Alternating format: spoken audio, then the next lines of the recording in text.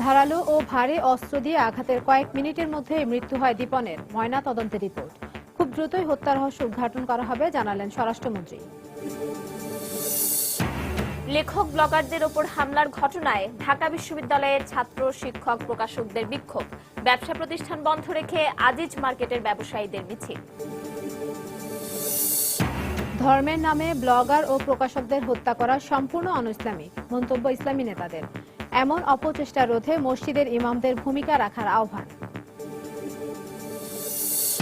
রেলওয়ের টেন্ডার নিয়ে চট্টগ্রামের সিআরবিতে ছাত্রলীগের দু গ্রুপের সংঘর্ষে ৩ জন গুলিবিদ্ধ। ২ বছরের দফায় দফায় সংঘর্ষে মারা গেছে ২ জন।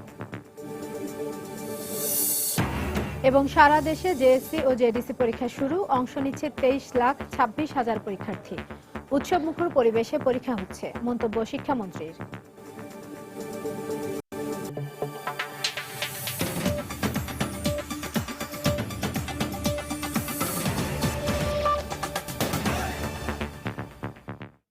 বাংলা সময়ের সঙ্গে আছে আমি পারমিতা হিম এবং আমি ইশরাত জাহান। জাগৃতি প্রকাশনীর মালিক ফয়সাল আরিফিন দীপনের শরীরে ধারালো ও ভারী অস্ত্রের ৪টি আঘাতের চিহ্ন পাওয়া গেছে এবং আঘাতের কয়েক মিনিটের মধ্যে তার মৃত্যু হয়। সকালে দীপনের মরদেহের ময়নাতদন্ত শেষে একথা জানিয়েছেন ঢাকা মেডিকেল কলেজ হাসপাতালের ফরেনসিক বিভাগের প্রধান। এদিকে দীপনের বাবা বলেছেন, একের পর এক প্রগতিশীল মানুষদের ওপর হামলা আইনের পাশাপাশি রাজনৈতিকভাবে সমাধান করতে হবে। খান মোহাম্মদ রুমেলের রিপোর্ট। রোববার দুপুরে দীপনের মরদেহ নেওয়া হয় তার বাসায়। এ সময় নিথর নিস্পন্দ দীপনকে দেখে স্বজন বন্ধুদের চোখে বেদনার অশ্রু আর কণ্ঠে ছিল শোকের আর্তনাদ। প্রাণোচ্ছল টকবগে দীপনের নৃশংস মৃত্যুতে এমন হাহাকার কাদায় আশপাশের মানুষজনকেও। কোনো সান্ত্বনার বাণী যেন প্রবোধ দিতে পারে না দীপনের স্ত্রী সন্তানদের। এর আগে ময়নাতদন্ত শেষে ঢাকা মেডিকেল কলেজ হাসপাতালের মর্গ থেকে দীপনের মরদেহ বুঝে নেন তার বাবা ঢাকা বিশ্ববিদ্যালয়ের অধ্যাপক আবুল কাশেম ফজলুল হক। আমি শুভবুদ্ধির জাগরণ চাই সমাজে, রাজনীতিতে। আমার কাছে মনে হয় এটা আদর্শগতভাবে রাজনৈতিকভাবে আগে সমাধান করতে হবে, সেই সঙ্গে আইনগত ব্যবস্থা। যদি রাজনৈতিকভাবে সমাধান না করা যায় তাহলে শুধু আইনগত ব্যবস্থা দিয়ে এটা সমাধান করা যাবে না। সকাল 10টার কিছু আগে দীপনের মরদেহের ময়নাতদন্ত শুরু হয়ে শেষ হয় মিনিট 40 পর। ময়নাতদন্তকারী চিকিৎসক জানান, দীপনের শরীরে 4টি বড় আঘাতের মধ্যে একটি ছিল 11 ইঞ্চি লম্বা এবং 4 ইঞ্চি গভীর, আর এর ফলে আক্রান্ত হওয়ার কয়েক মিনিটের মধ্যেই মৃত্যু হয় তার। এই ধারালো অস্ত্রের সাহায্যে উপর্যুপরি কোবের মাধ্যমে একটা মারাত্মক গর্তের মতো করে এটাকে মাথাটাকে শরীর থেকে বিচ্ছিন্ন করা হয়েছে। মাসল, মেরুদণ্ড সহ এবং এই মাথায় রক্ত সরবরাহকারী ব্লাড ভেসেল সবই কেটে যায়। এটাই ছিল সবচেয়ে মারাত্মক। তার উপরে অক্সিপিটাল রিজনে একটি কোবের দাগ আছে, এটাও ধারালো ধারালো অস্ত্রের দ্বারা, এবং মাথার সামনের দিকে আরেকটি কোবের দাগ পাওয়া যায়। সে প্রত্যেকটাতেই বোন কেটে যায় এবং এমনকি মাথার ভিতরে ব্রেইনও হ্যামরেজ পাই আমরা। এদিকে দীপনের পরিবারকে সমবেদনা জানাতে এসে তথ্যমন্ত্রী বলেন, রাজনৈতিক দলগুলোর পৃষ্ঠপোষকতা ও নীরবতার সুযোগেই প্রতিক্রিয়াশীল শক্তি এতটা সাহস দেখাচ্ছে। সশস্ত্র জঙ্গি তৎপরতা এটা এতটুকু ভয়ানক রূপ নিতে পারত না যদি এর রাজনৈতিক পৃষ্ঠপোষকতা না হতো। বিএনপির নেত্রী বেগম খালেদা জিয়া গত কয়েক বছর ধরেই কিন্তু যুদ্ধ অপরাধী সাম্প্রদায়িক জঙ্গিবাদী তৎপরতার ব্যাপারে নীরবতা পালন করার মধ্য দিয়ে এটা প্রশ্রয় দিচ্ছেন। জোহরের নামাজের পর ঢাকা বিশ্ববিদ্যালয়ের কেন্দ্রীয় মসজিদে জানাজা শেষে আজিমপুর কবরস্থানে দাফন করা হয় প্রকাশক দীপনের মরদেহ। খান মোহাম্মদ রুমেল, সময় সংবাদ, ঢাকা। ব্লগার ও প্রকাশক হত্যাকাণ্ডের ঘটনার তদন্তে এখনো তেমন কোনো অগ্রগতি হয়নি উল্লেখ করে স্বরাষ্ট্রমন্ত্রী আসাদুজ্জামান খান কামাল জানিয়েছেন, গোয়েন্দা সংস্থা কাজ করছে, খুব দ্রুতই রহস্য উদ্ঘাটন হবে। সকালে সচিবালয়ে সাংবাদিকদের এক প্রশ্নের জবাবে তিনি একথা বলেন। এ সময় তিনি বলেন, স্বাধীনতার পরাজিত শক্তি দেশকে অস্থিতিশীল করতে নতুন কায়দায় হত্যাকাণ্ড ঘটাচ্ছে। আমাদের গোয়েন্দারা কাজ করছে, পুলিশ কাজ করছে, সবাই কাজ করছে।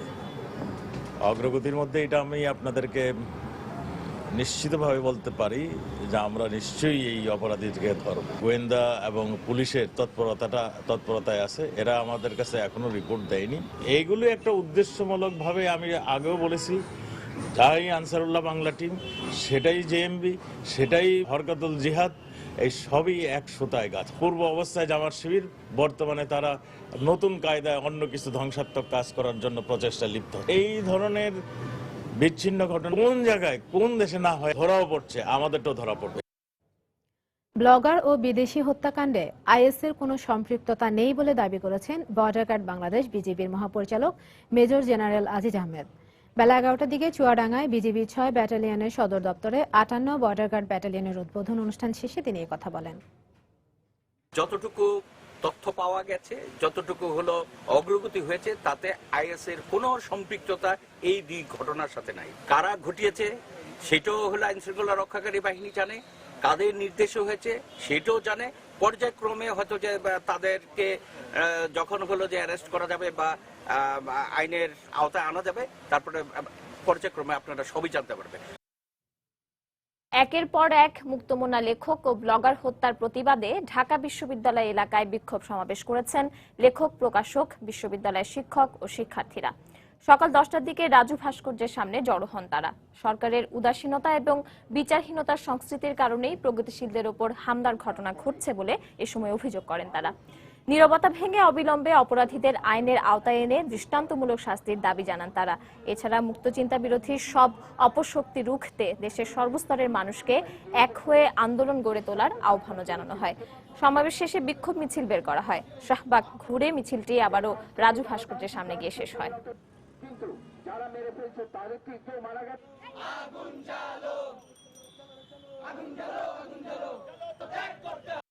মন্ত্রী বা মাননীয় প্রধানমন্ত্রীর এগেনস্টে কেউ কটূক্তি করে ফেসবুকে লিখলেই তাকে আমরা বিচারের আওতায় আসতে দেখি, কিন্তু এরকম হত্যাকাণ্ড হচ্ছে, তাদের বিচারের আওতায় আনা হচ্ছে না। এইটা সরকারের আন্তরিকতার অভাবই প্রকাশ করে। আমাদের যে রাষ্ট্রে যে বিচারহীনতা সংস্কৃতি সৃষ্টি হয়েছে, এই বিচারহীনতা সংস্কৃতির কারণে আজকে এরকম বারবার বলছে।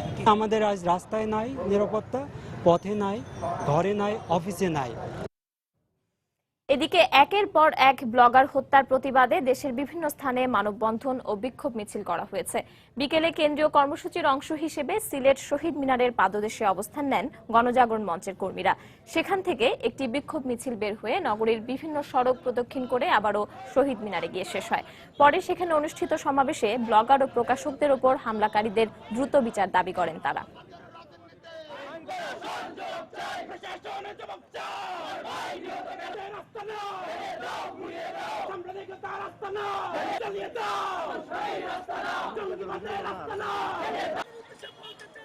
এদিকে বগুড়ায় বিক্ষোভ মিছিল ও সমাবেশ করেছে সমাজতান্ত্রিক ছাত্র ফ্রন্ট ও বাংলাদেশ ছাত্র ইউনিয়ন। এ সময় এ পর্যন্ত 5 জন ব্লগারকে একই কায়দায় হত্যা করা হলেও দোষীদের এখনো শাস্তির আওতায় না আনার তীব্র নিন্দা জানান বক্তারা। এছাড়া নেত্রকোনা, মানিকগঞ্জ, সাতক্ষীরা ও গাইবান্ধায় মানববন্ধন ও বিক্ষোভ মিছিল করেছে বিভিন্ন সংগঠন।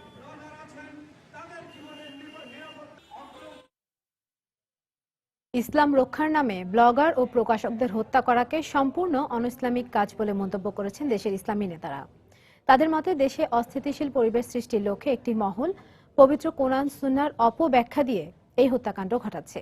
এই ধরনের অপচেষ্টা বন্ধ করতে দেশের মসজিদের ইমামরা বড় ধরনের ভূমিকা রাখতে পারেন বলে মত ইসলামী সংগঠনের নেতাদের। বিস্তারিত জানাচ্ছেন কমল দে। ইসলাম অবমাননার অভিযোগ এনে গত 2 বছরে একের পর এক ব্লগারদের হত্যা করা হচ্ছে। এবার সে হত্যার তালিকায় যুক্ত হয়েছে প্রকাশকরাও। এ ধরনের হত্যাকাণ্ডকে অনইসলামিক বলে মত দেন দেশের আলেম সমাজ। কোনো বিচার ছাড়া, সাক্ষী ছাড়া কাউকে শাস্তি দেওয়ার অধিকার কোনো ব্যক্তিকে দেয় নেই, অন্য কোনো প্রতিষ্ঠানকে দেয় নেই। এপ্রুভ প্রতিষ্ঠান হচ্ছে, এর বাইরে কাউকে কেউ নিজের ইচ্ছায় বা কোনো গোষ্ঠীর ইচ্ছা হত্যা করবার কোনো সুযোগ ইসলামে নেই। ধর্মের কোনো ব্যাখ্যায় এ ধরনের হত্যাকাণ্ডকে সমর্থন করে না বলে বলছেন এই ইসলামী নেতা। এখানে ইসলামী অনুভূতির কথা বলে, ইসলামী প্রেরণার কথা বলে যে হত্যাকাণ্ডগুলো ঘটছে, এটা সম্পূর্ণ ইসলামিক কর্মকাণ্ড।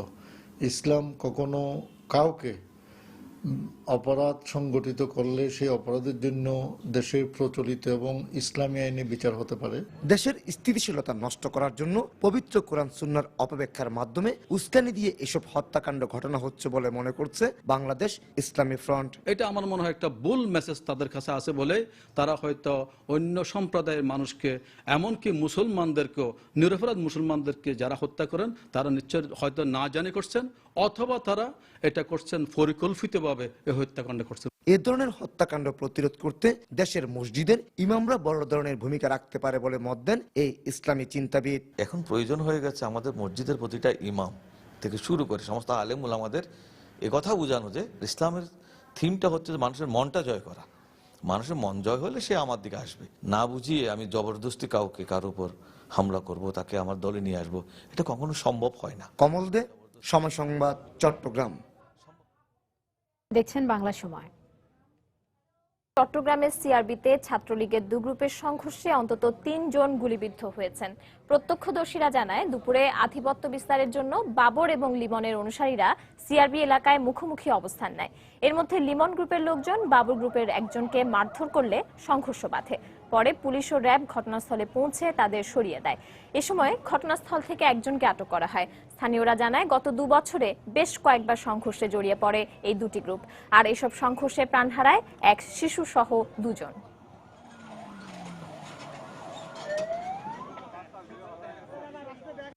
বাবু নামে একটা ছেলেকে এখানে মারধর করা হয়েছে। এইটাকে কেন্দ্র করে দুই পক্ষের ছেলেরা দুই দিকে জড়ো হয়েছে। জড়ো হওয়ার এক পর্যায়ে তারা মুখোমুখি হয়েছে। মুখোমুখি হয়ে তখন তারা মারামারিতে লিপ্ত হয়েছে। তখন আমরা এখানে উপস্থিত হই, র্যাবের ইউনিট উপস্থিত হয়। আমরা দুই পক্ষকে হালকা লাঠি চার্জ করে দুই পক্ষকে আমরা দুই দিকে ডিসপাস করে দিই, ছত্রভঙ্গ করে দিই। বাংলা সময় আরো থাকছে। খুলনায় শিশু রাকিব হত্যা মামলার যুক্তিতর্ক শেষ, রায় 8 নভেম্বর। বাগেরহাটে ব্যবসায়ী তুষার হত্যা মামলায় 3 জনের যাবজ্জীবন।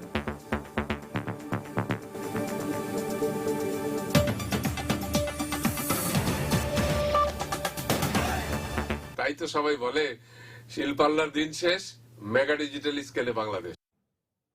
সারা দেশে শান্তিপূর্ণভাবে অনুষ্ঠিত হয়েছে জুনিয়র স্কুল সার্টিফিকেট জেএসসি এবং জুনিয়র দাখিল সার্টিফিকেট জেডিসি পরীক্ষা। এবার দুটি পরীক্ষায় 23,25,933 জন পরীক্ষার্থী অংশ নেয়। এদিকে পরীক্ষা নির্বিঘ্ন করতে সর্বোচ্চ সতর্ক অবস্থানে ছিল আইন শৃঙ্খলা বাহিনীর সদস্যরা। ব্যুরো ও জেলার প্রতিনিধিদের পাঠানো তথ্য ছবি নিয়ে ডেস্ক রিপোর্ট। চট্টগ্রাম বোর্ডের অধীনে 204টি কেন্দ্রে বাংলা প্রথম পত্র পরীক্ষায় অংশ নেন মোট 1,70,398 জন শিক্ষার্থী। এদিকে পরীক্ষা নির্বিঘ্ন করতে আইন শৃঙ্খলা বাহিনী নজরদারি বাড়ানো সহ শিক্ষা বোর্ডের পক্ষ থেকে 10টি উচ্চ পর্যায়ের ভিজিলেন্স টিম গঠন করা হয়েছে। সকাল থেকেই অভিভাবকদের সাথে সিলেটে জেএসসি ও জেডিসি পরীক্ষার্থীরা কেন্দ্রে উপস্থিত হন। এবার এ বোর্ডে 1,28,999 জন শিক্ষার্থী পরীক্ষায় অংশ নেন। এর মধ্যে ছেলে পরীক্ষার্থীর সংখ্যা 57,112 জন এবং মেয়ে পরীক্ষার্থীর সংখ্যা 72,887 জন। আমার পরীক্ষাটা খুব ভালো হয়েছে, সব কমন পড়ছে আর সহজও হয়েছে, লিখতে অত কষ্ট হয় নাই। বরিশাল শিক্ষা বোর্ডের অধীনে 1,684টি শিক্ষা প্রতিষ্ঠানের প্রায় 1,09,363 জন পরীক্ষার্থী পরীক্ষায় অংশ নেন। আর পরীক্ষা অনুষ্ঠিত হচ্ছে 153টি কেন্দ্রে। এবারে জেএসসি পরীক্ষা এখন পর্যন্ত সুন্দরভাবে পরিচালিত হচ্ছে। এ পর্যন্ত শোনা যাচ্ছে না কোনো ধরনের প্রশ্নপত্র ফাঁসের ঘটনা। রাজশাহী বোর্ডে 225টি পরীক্ষা কেন্দ্রের নিরাপত্তা রক্ষায় গঠন করা হয়েছে 127টি ভিজিলেন্স টিম ও 6টি ঝটিকা টিম। এদিকে বোর্ড কর্তৃপক্ষ জানিয়েছে প্রশ্নপত্র ফাঁসের মতো কোনো ধরনের গুজব ছড়ালে তা কঠোর হাতে নিয়ন্ত্রণ করা হবে। দিনাজপুরে প্রথম দিনের পরীক্ষা শেষে হাসিমুখে পরীক্ষা কেন্দ্র থেকে বেরিয়ে আসেন শিক্ষার্থীরা। সারা বছর কঠোর পরিশ্রমের পর অনেকটা ভালোভাবেই পরীক্ষা সম্পন্ন করে বেশ আনন্দিত তারা। এছাড়া যশোর ও কুমিল্লা বোর্ডের অধীনেও জেএসসি ও জেডিসি পরীক্ষায় অংশ নেন লাখ লাখ শিক্ষার্থী। পরীক্ষা চলবে 18 নভেম্বর পর্যন্ত। ইসমাত জাহান, সময় সংবাদ। প্রশাসনের হস্তক্ষেপে বাল্যবিয়ের হাত থেকে রক্ষা পেল গাইবান্ধার এক জেএসসি পরীক্ষার্থী। সকালে ফুলছড়ি উপজেলার ছালুয়া ফজলে রাব্বি উচ্চ বিদ্যালয় পরীক্ষা কেন্দ্রে পরীক্ষায় অংশ নেয় সে। পুলিশ জানায় উপজেলার উজানডাঙ্গা গ্রামের মোফাজ্জল হোসেনের ছেলে লাল চানের সঙ্গে কঞ্চিপাড়া নজরুল হক আদর্শ উচ্চ বালিকা বিদ্যালয়ের 8ম শ্রেণীর ছাত্রী জ্যোৎস্না আক্তারের বিয়ে ঠিক করে পরিবার। কিন্তু বাল্যবিয়ের শিকার না হয়ে জেএসসি পরীক্ষায় অংশ নিতে চেয়েছিল সে। বিষয়টি জানতে পেরে পুলিশের সহায়তায় জ্যোৎস্নাকে উদ্ধার করে পরীক্ষা কেন্দ্রে নিয়ে যান উপজেলা নির্বাহী কর্মকর্তা। পরে বাল্যবিয়ে না দেওয়ার অঙ্গীকার করে তাকে ফিরিয়ে নেয় তার পরিবার।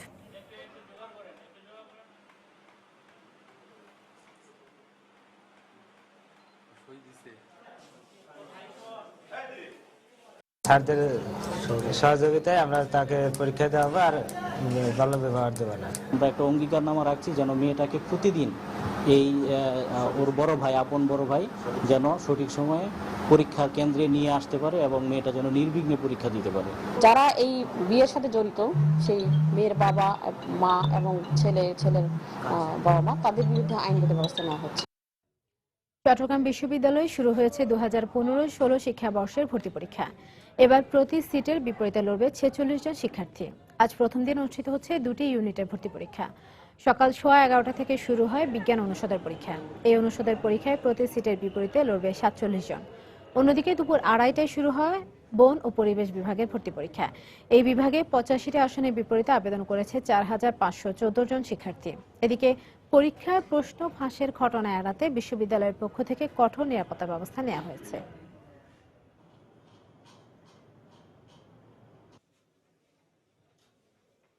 ক্রিটিক্যাল প্রশ্ন হলেও খুব ভালো প্রশ্ন হয়েছে আর কি। প্রশ্নটা স্ট্যান্ডার্ড ছিল, সহজ ছিল তুলনামূলকভাবে। পরীক্ষা অনেক ভালো হয়েছে, আমি মনে করছি এবারটা টিকবো।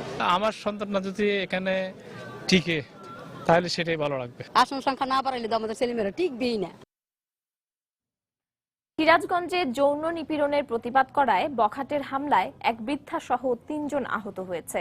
শনিবার রাতে উল্লাপাড়ার চরমোহন গ্রামে এই ঘটনা ঘটে। আহতদের স্বজনরা জানায়, বখাটে সুমন ও মোহন মাঝে মধ্যেই ওই এলাকার এক গৃহবধূকে উত্ত্যক্ত করত।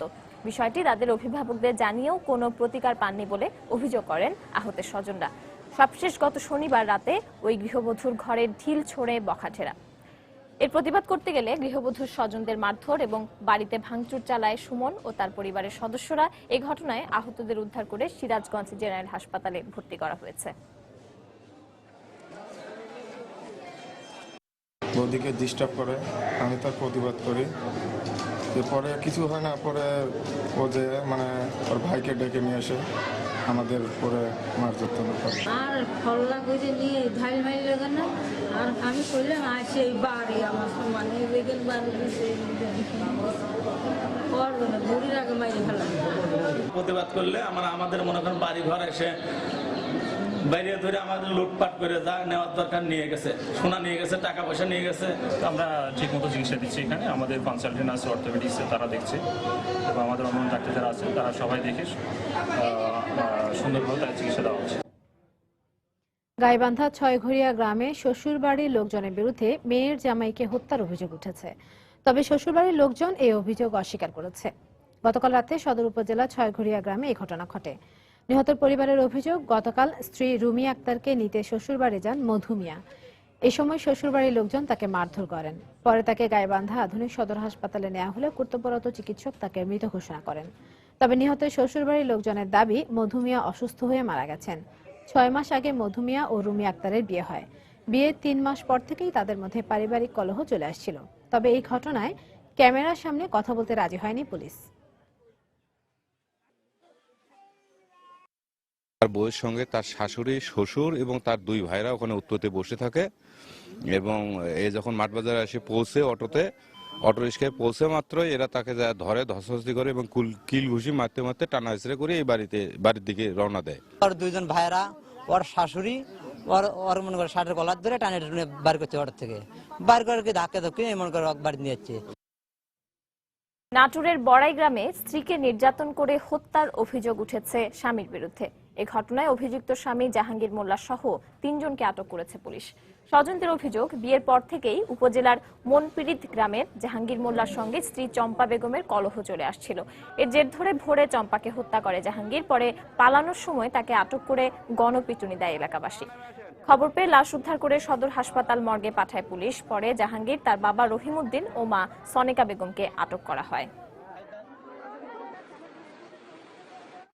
দেশের বর্তমান পরিস্থিতি বিবেচনায় পদ্মা সেতু প্রকল্পে কর্মরত সহস্রাধিক বিদেশি নাগরিকের নিরাপত্তায় বিশেষ নিরাপত্তা ব্যবস্থা নিয়েছে সরকার। এখানকার বিদেশিরা কোনো শঙ্কা না জানালেও প্রকল্প এলাকায় স্থায়ী ক্যাম্প স্থাপন করে নিরাপত্তা বাড়ানো হয়েছে বলে জানিয়েছে পুলিশ। প্রকল্প পরিচালক বলছেন, সেনাবাহিনী এই প্রকল্পের সঙ্গে জড়িত থাকায় নিরাপত্তার বিষয়টি দেখছে তারাও। এহসান জুয়েলের রিপোর্ট, ছবি তুলেছেন সাইফুল ইসলাম। পদ্মা সেতুর যে বিশাল কর্মযজ্ঞ, তাতে এদেশের পাশাপাশি কাজ করছেন বিশ্বের 10টি দেশের নাগরিক। মূল সেতু চীনের মেজর ব্রিজ ইঞ্জিনিয়ারিং কোম্পানি, আর নদী শাসনের পরামর্শক প্রতিষ্ঠানের দায়িত্বে আছে দক্ষিণ কোরিয়ার সিনোহাইড্রো কোম্পানি। তাই এ দুটি দেশের নাগরিকরাই সবচেয়ে বেশি কাজ করছেন পদ্মা সেতুতে। এছাড়া যুক্তরাজ্য, নিউজিল্যান্ড, জার্মানি, থাইল্যান্ড, ভারত ও নেপালের সহ প্রায় 1000 বিদেশি নাগরিক কাজ করছেন এই প্রকল্পে। সম্প্রতি কয়েকটি দেশ যখন বাংলাদেশে তাদের নাগরিকদের নিরাপত্তা নিয়ে উদ্বিগ্ন, সেখানে শঙ্কাহীন এখানকার বিদেশি কর্মীরা।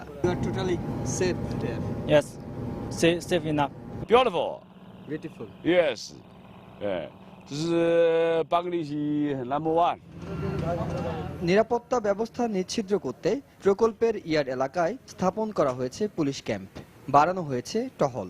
আমাদের 20 জন ফোর্স ওখানে সার্বক্ষণিক টহল বা মোবাইল পেট্রোলিং এর মাধ্যমে নিরাপত্তার জন্য কাজ করে যাচ্ছে, এবং ক্যাম্প উদ্বোধনের পরে আমরা এটা ফাইনাল ফুল ফেজে তাদের পুরো এলাকাকে আমরা নিরাপত্তা দায়িত্বে নিয়োজিত করব। পদ্মা সেতু দুপ্রান্তে সার্ভিস এরিয়া এবং সংযোগ সড়কের দায়িত্ব বাংলাদেশ সেনাবাহিনীর, তাই এখানকার নিরাপত্তা নিয়েও কাজ করছে তারা। যেখানে তারা বসবাস করে সেখানে সিসি ক্যামেরা দিয়েছি, আমরা স্ট্রেংথেনিং করছি, আমাদের টহল বাড়িয়ে দিয়েছি। সেনাবাহিনী যে টহল দিচ্ছে, তা আমাদের পুলিশ একটা ক্যাম্প করা হয়েছে, তারা এজ এন্ড হোয়েন রিকোয়ার্ড যাচ্ছে, মানে এটা ডেফিনেটলি আমরা জোরদার করেছি। কিছুদিনের মধ্যে মূল পাইলিং এর কাজ শুরু হলে বিদেশি কর্মীর সংখ্যা আরও বাড়বে। দেশে যে কয়টি বড় প্রকল্পে বিদেশিরা কাজ করছেন, তার মধ্যে সবচেয়ে বেশি বিদেশি কাজ করছেন এই পদ্মা সেতুতে। বর্তমান পরিস্থিতিতে তাদের নিরাপত্তার বিষয়টি স্পর্শকাতর হওয়ায় এখানকার কর্মরত বিদেশিদের নিরাপত্তায় সর্বোচ্চ গুরুত্ব দিয়ে কাজ করছে সরকার। এহসান জুয়েল, সময় সংবাদ, মুন্সিগঞ্জ। রংপুর মেডিকেল কলেজ হাসপাতালের অধিকাংশ ওয়ার্ডের বাথরুম ব্যবহার অনুপযোগী। বাথরুমগুলোতে নেই দরজা ও আলোর ব্যবস্থা, এছাড়া পানি সরবরাহের পাইপ ফেটে পানি পড়ছে অবিরত। এতে ভোগান্তির শেষ নেই রোগী ও স্বজনদের। আর হাসপাতাল কর্তৃপক্ষ বলছে বিষয়টি সংশ্লিষ্ট কর্তৃপক্ষকে জানানো হয়েছে। রংপুর মেডিকেল কলেজ হাসপাতাল নিয়ে মানিক সরকারের ধারাবাহিক প্রতিবেদনের আছে দেখবেন দ্বিতীয় ও শেষ পর্ব। ছবি তুলেছেন শাকিল মাহমুদ। বাথরুমের ভেতরে একজন এবং তার জন্য বাইরে দাঁড়িয়ে পাহারা দিচ্ছেন আরেকজন, কারণ অধিকাংশ বাথরুমেরই দরজা নেই, কোনোটির থাকলেও ভাঙ্গা এবং সিটকিনিবিহীন। লজ্জা নিবারণের ন্যূনতম সুযোগ সুবিধাও নেই হাসপাতালটিতে। এতে চিকিৎসা নিতে আসা মানুষেরা রীতিমতো বিব্রত। বাথরুমের দরজা নেই, বাথরুমের একটা আছে, 3টা বাথরুমের মধ্যে উপরে দিয়ে পানি পড়ে। একজন রোগী বাথরুমে গিয়েছে, তারপরে আরেকজনকে দাঁড়িয়ে থাকতে হয়। মহিলা পুরুষ একখানে ঢোকে, মহিলা তো অমনে পারে না। আর পানি সমস্যার পাশাপাশি খাবারের ময়লা বর্জ্য এবং স্যাঁতস্যাঁতে পরিবেশের দুর্গন্ধ তো আছেই। এরই মাঝে বিছানায় শুয়ে চিকিৎসা নিচ্ছে রোগীরা। ময়লা আবর্জনা মশার জন্য এখানে থাকা যায় না। টয়লেটে জয়বার আসছি ভাই, তয়বারে গায়ে পানি পড়ে, সিট কিনি নাই। আমরা 3 দিন হইলাম আসার, 3 দিন থেকে এ পর্যন্ত ঠিকভাবে প্রস্রাব পায়খানা করতে পারতেছি না। অবশ্য হাসপাতালের এই সমস্যাগুলোর কথা স্বীকার করে পরিচালক জানালেন, থোক বরাদ্দ না থাকায় সমাধান সম্ভব হচ্ছে না। পিডব্লিউডি কে বলছি, তারা প্রকল্প পাঠিয়েছে মিনিস্ট্রিতে, এবং টাকা বরাদ্দ আসলেই তারা এই কাজগুলো ফুল সুইংয়ে শুরু করবে। রংপুর মেডিকেল কলেজ হাসপাতালের 40টি ওয়ার্ডে 1500 শয্যা থাকলেও প্রতিদিন গড়ে এখানে রোগী থাকে কমপক্ষে 2000। মানিক সরকার, সময় সংবাদ, রংপুর। নীলফামারীর সৈয়দপুরে খানা খন্দকের কারণে বেশ কিছু সড়ক চলাচলের অনুপযোগী হয়ে পড়েছে। এতে দুর্ভোগ পোহাচ্ছেন এলাকাবাসী। পৌর এলাকার শহীদ জহিরুল হক রোড, শহীদ ডাক্তার জিকরুল হক রোড সহ বেশ কিছু উঁচু নিচু সড়ক দিয়ে চলাচলের সময় প্রায়ই ঘটেছে ছোট বড় দুর্ঘটনা। তাছাড়া রাস্তা খারাপের কারণে ধীর গতিতে গাড়ি চালানোয় সৃষ্টি হচ্ছে যানজটের।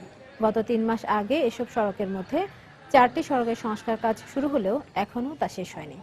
এদিকে সংস্কার কাজের জন্য রাস্তার পাশে দীর্ঘদিন ধরে ইট ও বালু ফেলে রাখায় চলাচলের পথ সংকুচিত হয়ে গেছে। এতে ভোগান্তির চরমে উঠেছে স্থানীয়দের। তবে দ্রুত কাজ সম্পন্ন করতে ঠিকাদারদের চিঠি দেওয়া হয়েছে বলে জানিয়েছেন ভারপ্রাপ্ত পৌর মেয়র।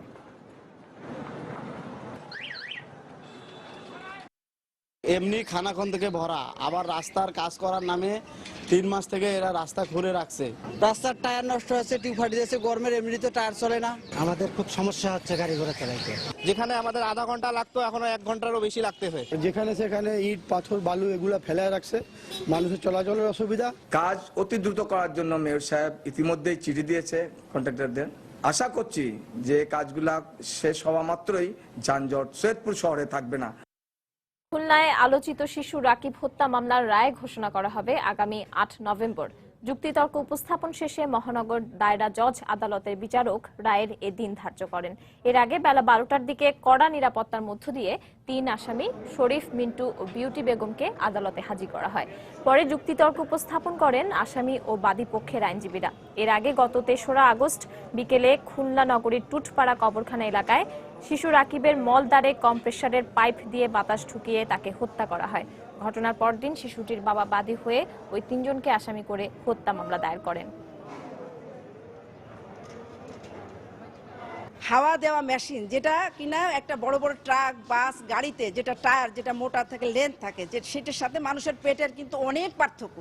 এটা কিন্তু যেহেতু আসামিরা সবাই কিন্তু সুস্থ মস্তিষ্কের এবং সবাই কিন্তু এজেড, ছেলেটা মারা যাইতে পারে এটা জেনেই কিন্তু তারা কাজটা করেছে। অবশ্যই এটা একটা ভয়াবহ ব্যাপার। আমরা চাইবো যে এটার জন্য সর্বোচ্চ শাস্তি, দণ্ডবিধির একেবারে সর্বোচ্চ যে শাস্তি আছে সেই শাস্তি আমরা আশা করব।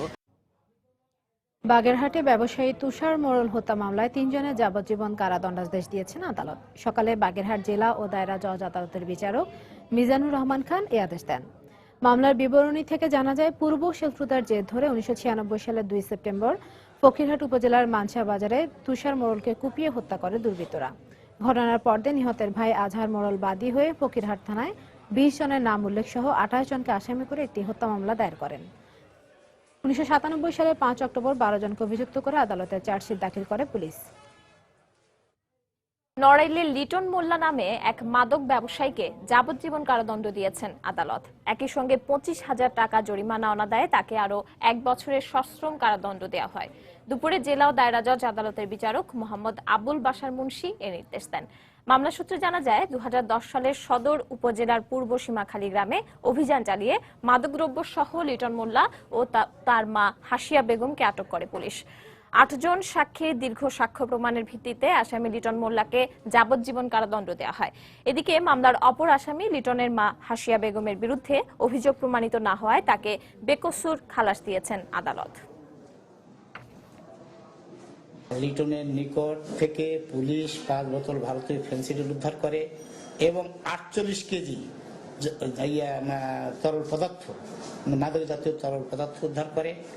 মামলার দীর্ঘসূত্রতার পরে 8 জন সাক্ষী গ্রহণ শেষে 1/11/2015 তারিখ বিজ্ঞ জেলা দায়রা জজ বাহাদুর জনাব আবুল বাশার মুন্সি আসামি লিটনকে যাবজ্জীবন কারাদণ্ড দণ্ডিত করেন।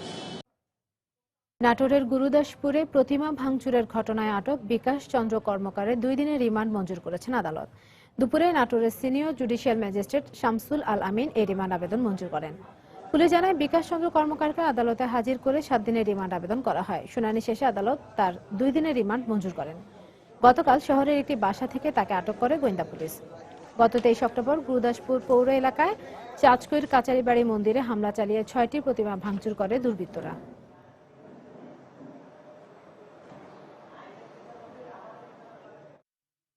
যশোরে নাশকতার মামলায় পৌর মেয়র সহ বিএনপির 6 নেতাকর্মীকে কারাগারে পাঠিয়েছেন আদালত। দুপুরে সিনিয়র জুডিশিয়াল ম্যাজিস্ট্রেট আদালতের বিচারক আবু ইব্রাহিম এ নির্দেশ দেন। এর আগে পৌর মেয়র ও নগর বিএনপির সভাপতি মারুফুল ইসলাম, সহ সভাপতি রফিকুর রহমান তোতন ও বিএনপির স্থায়ী কমিটির সদস্য তরিকুল ইসলামের ছেলে অনিন্দ ইসলাম অমিত সহ আসামিরা আদালতে আত্মসমর্পণ করেন। পরে আইনজীবীর মাধ্যমে তারা জামিন আবেদন করলে আদালতের বিচারক তা নামঞ্জুর করে তাদেরকে কারাগারে পাঠানোর নির্দেশ দেন।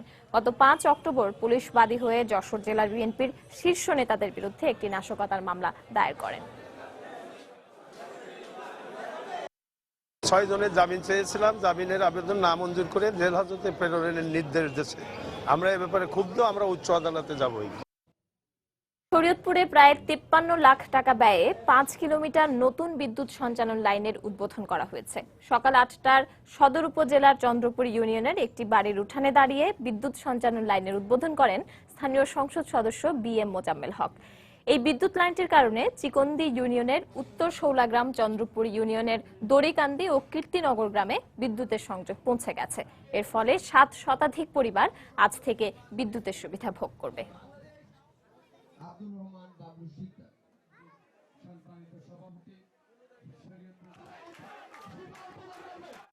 জেগেছে যুব, জেগেছে দেশ, লক্ষ্য 2041-এ উন্নত বাংলাদেশ। এই প্রতিপাদ্য নিয়ে জাতীয় যুব দিবস 2015 উপলক্ষে দেশের বিভিন্ন স্থানে র্যালি ও আলোচনা সভা সহ বিভিন্ন কর্মসূচি অনুষ্ঠিত হয়েছে। সকালে রাজশাহী মহানগরীর CNB মণিবাজার থেকে যুব উন্নয়ন অধিদপ্তরের উদ্যোগে একটি র্যালি বের হয়। নগরীর বিভিন্ন সড়ক ঘুরে জেলা শিল্পকলা একাডেমিতে গিয়ে আলোচনা সভা অনুষ্ঠিত হয়।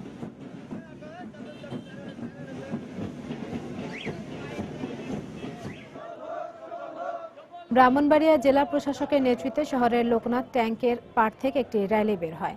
র্যালি বিভিন্ন সড়ক ঘুরে পৌর মিলনায়তনে আলোচনা সভা অনুষ্ঠিত হয়। এছাড়া কুমিল্লা ও পঞ্চগড় সহ দেশের বিভিন্ন স্থানে জাতীয় যুব দিবস উপলক্ষে নানা কর্মসূচি পালিত হয়েছে।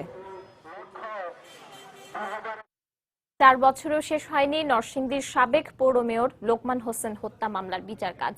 14 জনকে আসামি করে হত্যা মামলা দায়ের হলেও পুলিশ এজাহারভুক্ত প্রধান আসামি সহ 11 জনকে বাদ দিয়ে আদালতে অভিযোগপত্র দাখিল করেছে। বাদীপক্ষ অভিযোগপত্র মেনে না নেয় উচ্চ আদালতের শুনানির অপেক্ষায় থমকে আছে বিচার কাজ।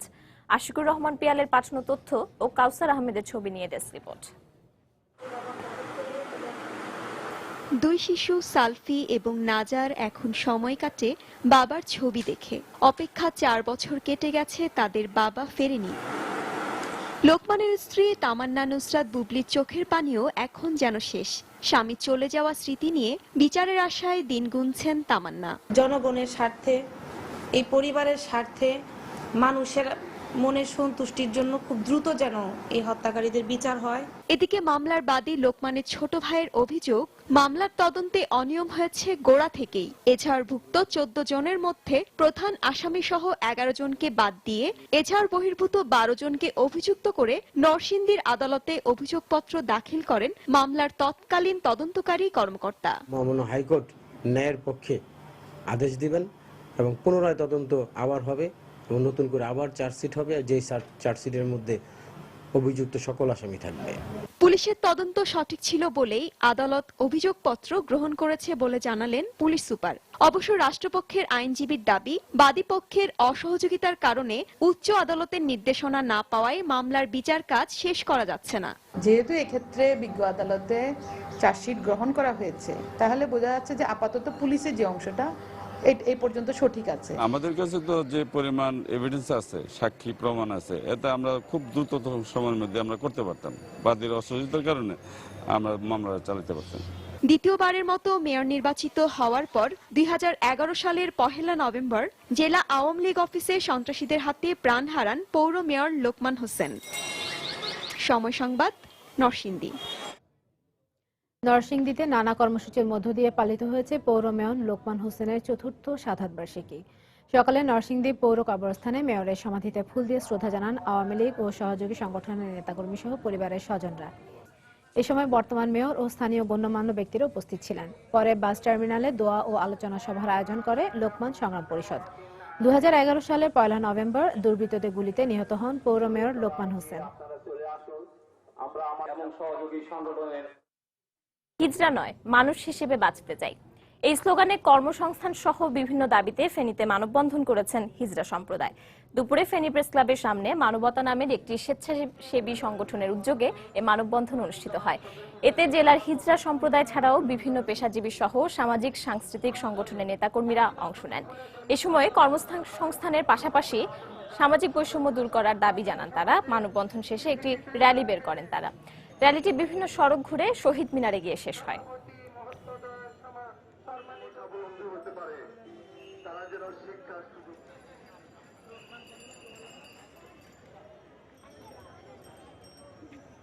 আমাদের কর্মসংস্থান যেন হয়, সেরকম যেন আমরা করে খেতে পারি, এটা আমাদের দাবি। আমরা সমাজের সামনে মাথা উঁচু করে থাকতে চাই। আমরা 10 জন মানুষের মতো বাঁচতে চাই। ফেনীতে একটা আমাদের হিজড়াদের কোনো কবরের জায়গা নেই। আমার উদ্দেশ্য একটা কবরের স্থান। আমরা মুসলমান মরবো, কোথায় যাব? আমরা চাই এই ফেনী জেলায় আমাদের একটা বাসস্থান হয়ে যাক, আমাদের একটা কর্মসংস্থান হয়ে যাক, আমাদের চিকিৎসার ব্যবস্থা হয়ে যাক, আমাদের শিক্ষার ব্যবস্থা হয়ে যাক। যখন আমাদের এই 5টি মৌলিক অধিকার আমরা ন্যায্যভাবে পাবো, তখন আমরা অন্যের কাছে হাত পাতা আমাদের আর লাগবে না, আমরা আমাদের মতো করে বাঁচতে পারবো। চিংড়ির খাদ্য হিসেবে বাগেরহাটে নির্বিচারে নিধন করা হচ্ছে শামুক। এতে জলাশয়ের স্বাভাবিক ভারসাম্য নষ্ট হচ্ছে বলে জানিয়েছে পরিবেশ বিভাগ। এলাকাবাসী জানায়, চিতলমারী উপজেলার বিভিন্ন চিংড়ির মাছের ঘেরে প্রধান খাদ্য হিসেবে ব্যবহার করা হচ্ছে শামুকের নরম অংশ। এক শ্রেণীর শামুক ব্যবসায়ী জেলার ফকিরহাট, মোল্লারহাট ও চিতলমারী সহ পাশের জেলা গোপালগঞ্জ, মাদারীপুর ও বরিশালের বিভিন্ন বিল থেকে এসব শামুক সংগ্রহ করছেন। পরে তারা ঘেরের মালিকদের কাছে চিংড়ির খাদ্য হিসেবে বিক্রি করছেন শামুক। আর এতে দিন দিন খাল, বিল ও মুক্ত জলাশয় থেকে হারিয়ে যাচ্ছে পরিবেশের ভারসাম্য রক্ষাকারী এই জলজ প্রাণী। প্রাকৃতিকভাবে পানি শোধনকারী শামুক রক্ষা করা না গেলে জলাশয়ের স্বাভাবিক বাস্তুসংস্থান ব্যাহত হবে বলে জানিয়েছে পরিবেশ বিভাগ। বাংলা সময়ের শীর্ষ সংবাদগুলো জানিয়ে দিচ্ছে আরেকবার। ধারালো ও ভারী অস্ত্র দিয়ে আঘাতের কয়েক মিনিটের মধ্যে মৃত্যু হয় দীপনের। ময়না তদন্তের রিপোর্ট। খুব দ্রুতই হত্যা রহস্য উদ্ঘাটন করা হবে, জানালেন স্বরাষ্ট্রমন্ত্রী। লেখক ব্লগারদের উপর হামলার ঘটনায় ঢাকা বিশ্ববিদ্যালয়ের ছাত্র, শিক্ষক, প্রকাশকদের বিক্ষোভ। ব্যবসা প্রতিষ্ঠান বন্ধ রেখে আজিজ মার্কেটের ব্যবসায়ীদের মিছিল। ধর্মের নামে ব্লগার ও প্রকাশকদের হত্যা করা সম্পূর্ণ অনইসলামিক, মন্তব্য ইসলামী নেতাদের। এমন অপচেষ্টা রোধে মসজিদের ইমামদের ভূমিকা রাখার আহ্বান। রেলওয়ে টেন্ডার নিয়ে চট্টগ্রামের সিআরবিতে ছাত্রলীগের 2 গ্রুপের সংঘর্ষে 3 জন গুলিবিদ্ধ। 2 বছরের দফায় দফায় সংঘর্ষে মারা গেছে 2 জন। এবং সারা দেশে জেএসসি ও জেডিসি পরীক্ষা শুরু, অংশ নিচ্ছে 23,26,000 পরীক্ষার্থী। উৎসবমুখর পরিবেশে পরীক্ষা হচ্ছে, মন্তব্য শিক্ষামন্ত্রীর। এই ছিল বাংলা সময়। যে কোনো খবর পেতে ভিজিট করুন সময়নিউজ.tv। এছাড়া এই মাত্র পাওয়া খবর আপনার মোবাইলে পেতে এসএমএস করুন, *SN লিখে পাঠিয়ে দিন 16242 নম্বরে। সঙ্গে থাকুন সময়।